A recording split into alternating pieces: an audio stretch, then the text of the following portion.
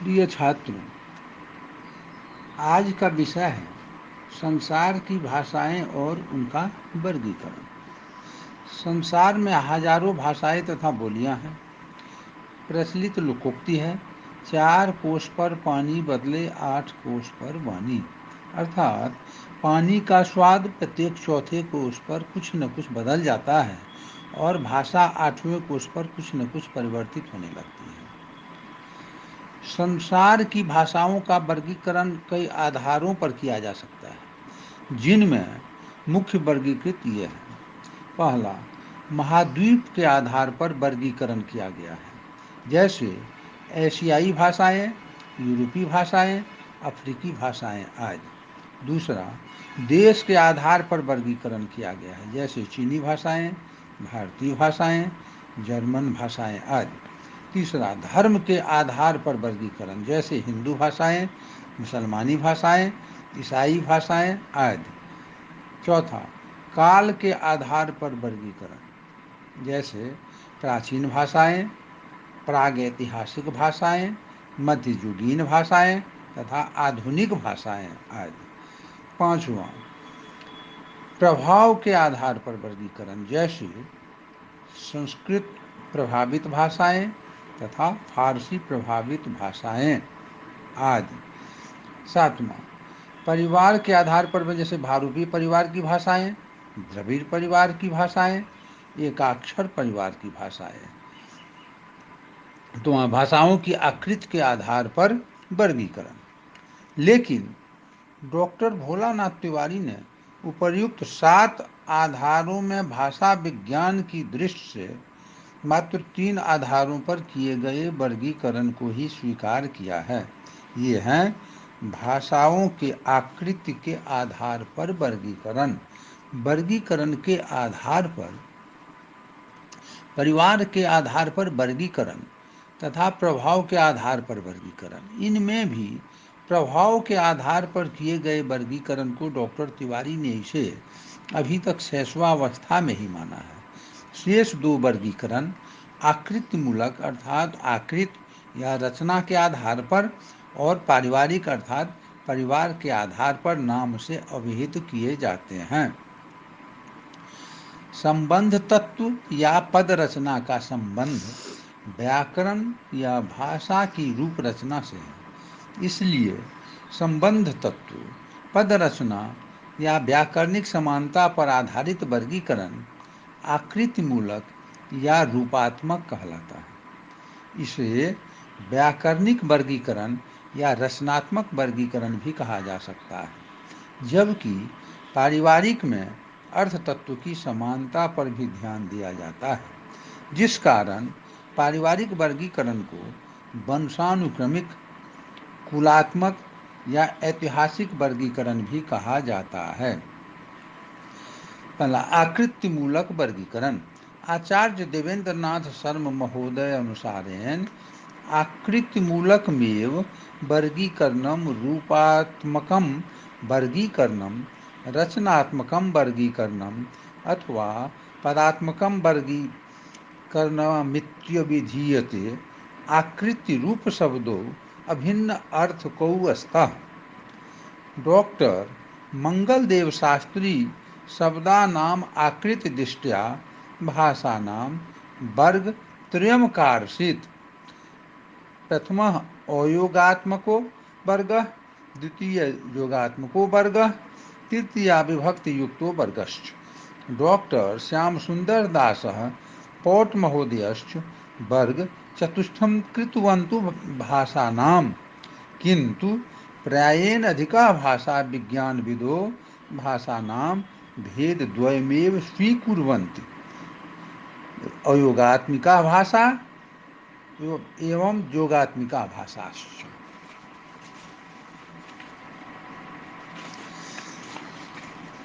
आकृति मूलकस्य वर्गीकरणं समर्थयता डॉक्टर तारापुर बाला महोदयेनाभिहितं भाषानां वर्गीकरणस्य विश्वसनीय वर्तते।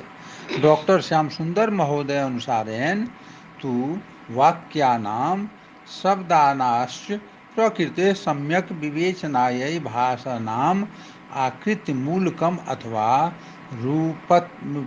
रूपात्मकमेव वर्गीकरणं समीचीनम् अस्ति इत्युभिहितम्। आकृति या रूप के दृष्टि से संसार की भाषाओं को प्रमुखतः दो वर्गों में रखा गया है, अयोगात्मक भाषाएं और योगात्मक भाषाएं। तो अयोगात्मक भाषाएं, इस वर्ग की भाषाओं में योग नहीं रहता, अर्थात शब्दों में उपसर्ग या प्रत्यय आदि जोड़कर अन्य शब्द या वाक्य में प्रयुक्त होकर अन्य वाक्य में प्रयुक्त होने योग्य रूप नहीं बनाए जाते।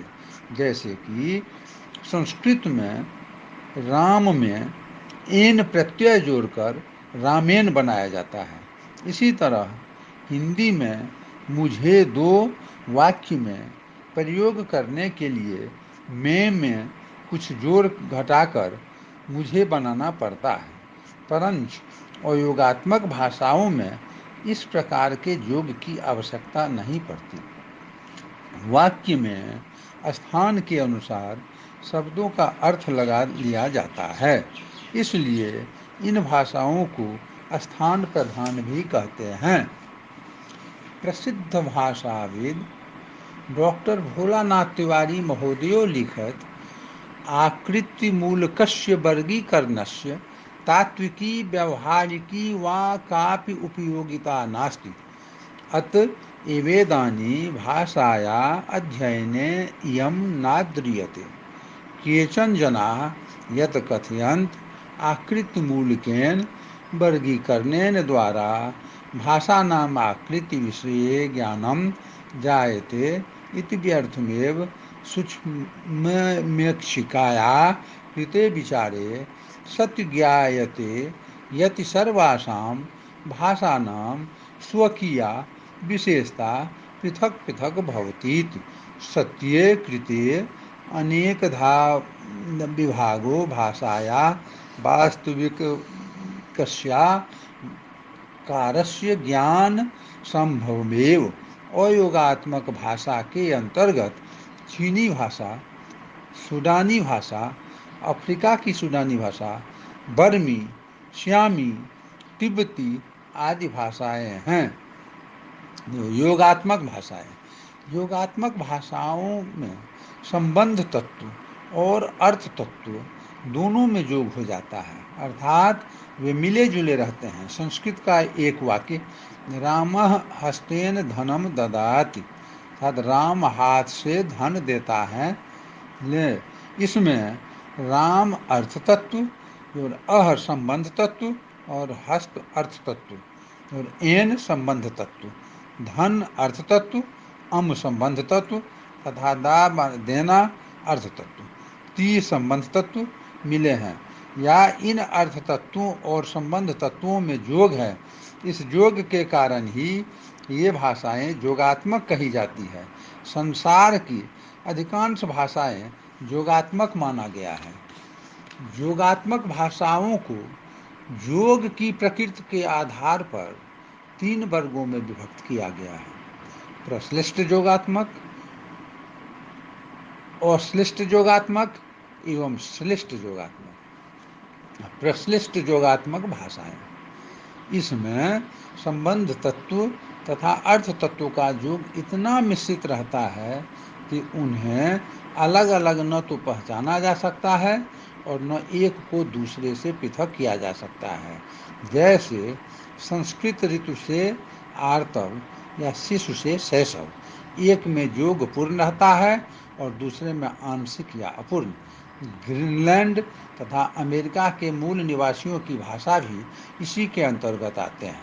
दूसरा, अश्लिष्ट योगात्मक भाषाओं में संबंध तत्व अर्थात प्रत्यय अर्थ तत्व से इस प्रकार मिला रहता है कि तिल तिल तंदुलवत दोनों ही स्पष्ट रूप से दिखते हैं।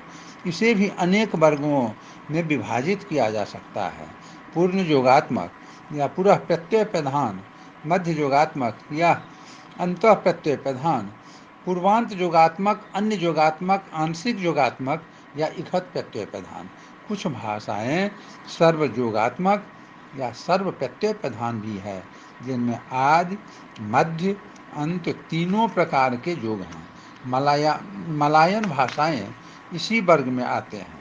जो श्लिष्ट योगात्मक भाषाएं, इसमें संबंध तत्व प्रत्यय को जोड़ने के कारण अर्थ तत्व वाले भाग में भी कुछ विकार पैदा हो जाते हैं, परंतु संबंध तत्व की झलक पृथक ही मालूम पड़ती है। जैसे अरबी में कौतलो मारना धातु से कत्ल खून कातिल मारने वाला, कित्ल शत्रु तथा यकतुल वह मारता है आज। इसी प्रकार संस्कृत में वेद, नीति, इतिहास, भूगोल से वैदिक, नैतिक, ऐतिहासिक और भौगोलिक आदि। संस्कृत के उदाहरणों में स्पष्ट है कि अंत में इक लगा है, पर साथ ही आरंभ में वे नी, ई तथा भू में विकार आ गया है और वै, नई, ऐ तथा भव हो गया है।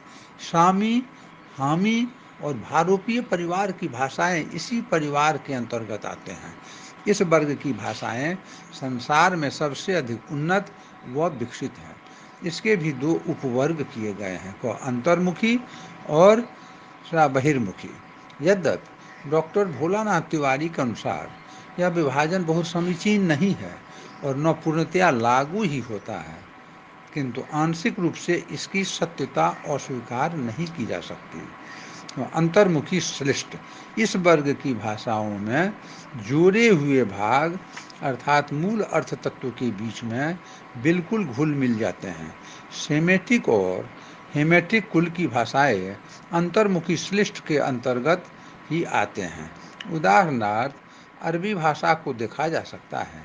अरबी में धातु प्रत्यय 3 व्यंजनों की होती है। संबंध तत्व मुख्यतया स्वर माना जाता है, जो व्यंजनों के साथ मिश्रित हो जाता है। जैसे हम क तो ब धातु को ले सकते हैं, जिसका अर्थ लिखना होता है। इससे निम्न शब्द बने हैं: कातिब लिखने वाला, किताब जो लिखा गया, कुतुब बहुत सी किताबें। यहाँ क तो व व्यंजन तीनों में है, परंतु बीच में विभिन्न स्वरों के प्रयोग होने से अर्थ परिवर्तित होता गया है। अंतर्मुखी के भी 2 भेद माने गए हैं, पहला संयोगात्मक और दूसरा वियोगात्मक। अरबी आदि सेमेटिक भाषाओं का पुराना रूप संयोगात्मक था।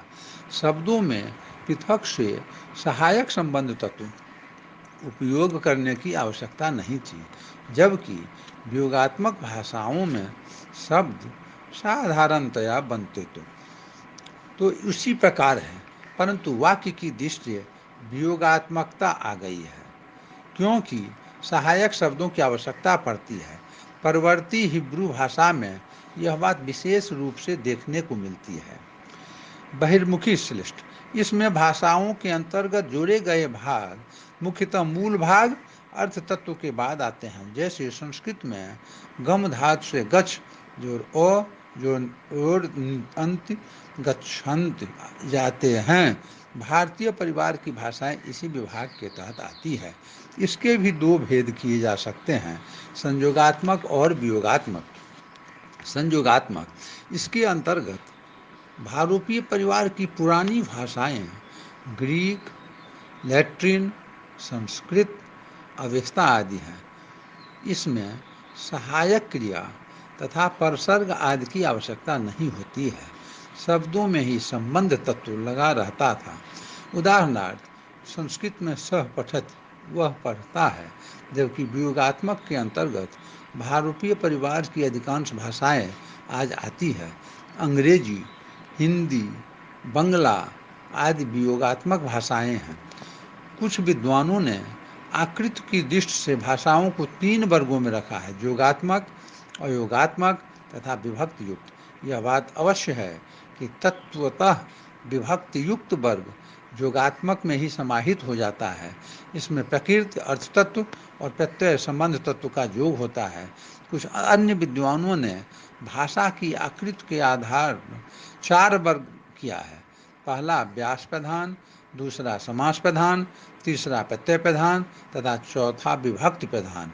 इनमें व्यास प्रधान वर्ग अयोगात्मक का ही दूसरा नाम है। शेष 3 दूसरे वर्ग योगात्मक में समाहित माने जाते हैं।